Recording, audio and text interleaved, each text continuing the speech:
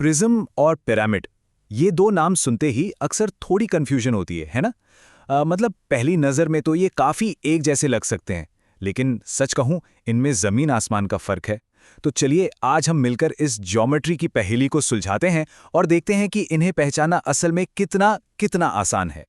तो सवाल वही है, प्रिज्म या पिरामिड? यकीन मानिए, ये जितना मुश्किल लगता है ना, उतना बिल्कुल भी नहीं है।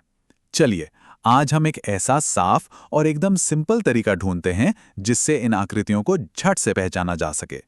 तो सबसे पहले ये समझते हैं कि आखिर ये कन्फ्यूजन होती ही क्यों है। देखिए, ये उलझन बहुत आम है क्योंकि दोनों ही शेप्स, मतलब प्रिज्म और पिरामिड, एक ही तरह के बेस से शुरू हो सकते हैं।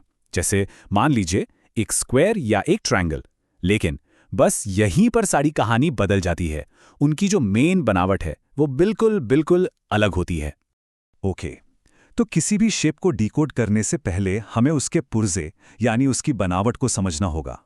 सोचिए, जैसे किसी बिल्डिंग के लिए उसकी नींव और दीवारें जरूरी होती है ना, ठीक वैसे ही 3D शेप्स के भी कुछ बेसिक बिल्डिंग ब्लॉक्स होते हैं। चलिए पता लगाते हैं कि वो क्या हैं। तो यहां देखिए, हर 3D शेप इन तीन मुख्य चीजों से बनता है। सबसे पहले है बेस यानी आधार, जो समझिए इसकी नींव है। फिर आते हैं साइड फेसेस यानी अगल बगल की सतहें, जो दीवारों की तरह काम करती हैं। और आखिर में आता है एपेक्स या शिखर। ये वो सबसे ऊपर वाला अकेला पॉइंट होता है जो सिर्फ पिरामिड में मिलता है। अब आते हैं इस पूरी कहानी के सबसे मजेदार हिस्से पर। हम दो आइडियाज पर फोकस करेंगे। एक है कंसिस्टेंसी यानी एक जैसा रहना, और दूसरा है कन्वर्जेंस यानी एक पॉइंट पर आकर मिलना। एक शेप की पहचान उसकी कंसिस्टेंसी से होती है और दूसरे की पहचान एक पॉइंट की तरफ भागने से। सबसे पहले प्रिज्म को देखते हैं। इसकी सबसे बड़ी पहचान क्या है? इसके दो एक जैसे और पैरेलल बेस होते हैं। दो, यही इसकी खासियत है। और इसी वजह से इसके जो साइड फेसेस होते हैं ना, वो हमेशा रेक्टेंगल ही होते हैं।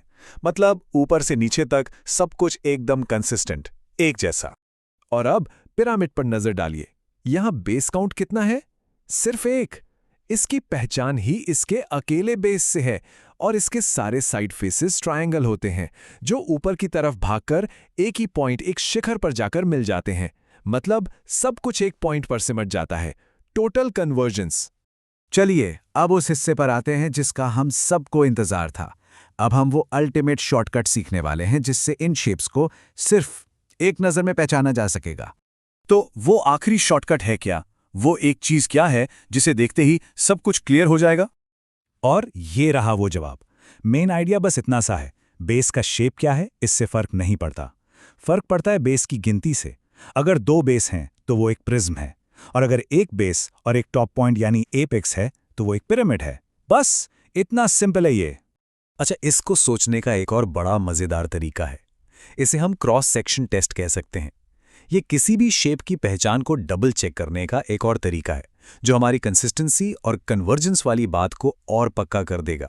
जरा इस विजुअल टेस्ट को देखिए। सोचिए अगर हम इन शेप्स को हॉरिजॉन्टली, मतलब आड़ा काटें, प्रिज्म को कहीं से भी काटिए, हर टुकड़ा, हर क्रॉस सेक्शन बिल्कुल एक जैसा होगा।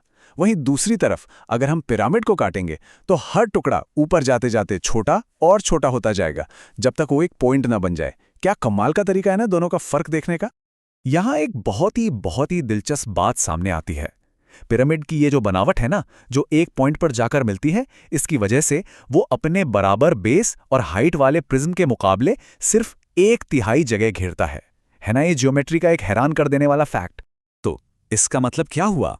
इसका मतलब ये है कि वो जो टॉप पर एक पॉइंट यानी एपेक्स है ना, वो असल में उस शेप के 2/3 हिस्से की जगह को ही खत्म कर देता है। इसीलिए प्रिज्म का वॉल्यूम अगर बेस गुना हाइट है तो पिरामिड का वॉल्यूम उसका सिर्फ 1/3 यानी 1/3 रह जाता है।